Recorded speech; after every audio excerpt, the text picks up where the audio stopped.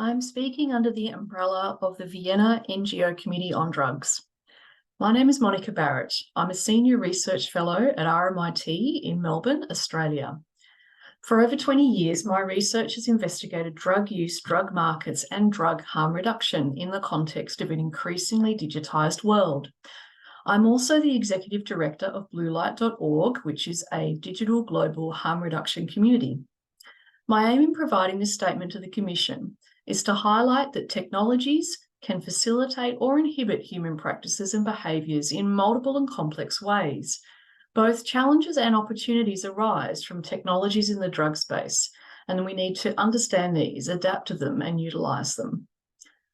The Global Drug Survey accesses people who use darknet markets to buy drugs.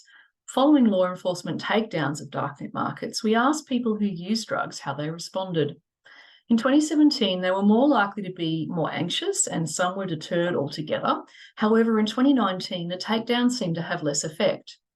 The surveys demonstrated that communities that use the darknet to buy and sell drugs easily adapt to law enforcement actions, anticipating takedowns more readily and innovating the market structures to reduce the impact of law enforcement actions. Research led by my PhD student Robin van der Sanden from New Zealand showed how in recent years social media and messaging app platforms for buying and selling drugs became more commonly used. The convenience or ease at which people were accessing drugs through apps that they already used meant that they didn't have to learn new skills to do this, and they associated numerous benefits from this practice, including being able to separate themselves from physical markets and associated risks like violence and theft. In my role at Blue Light, we do not allow drug sales on our website or other platforms. Instead, we focus on providing moderated community spaces for people to share information that can help them reduce the risks associated with their drug use. In recent years, we've expanded our reach from a web-based forum to also hosting a Discord server and a Telegram group. By going to these platforms, we hope to reach people where they are accessing drugs to offer them alternative ways of reducing harms, including through support from an inclusive digital community.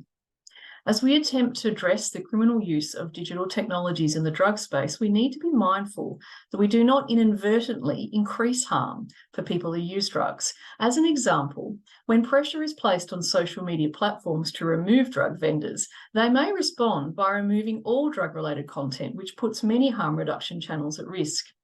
Keeping in mind the dual nature of technologies when developing new responses is critical if we are going to continue to place the welfare of communities who use drugs at the centre of our responses. Thank you.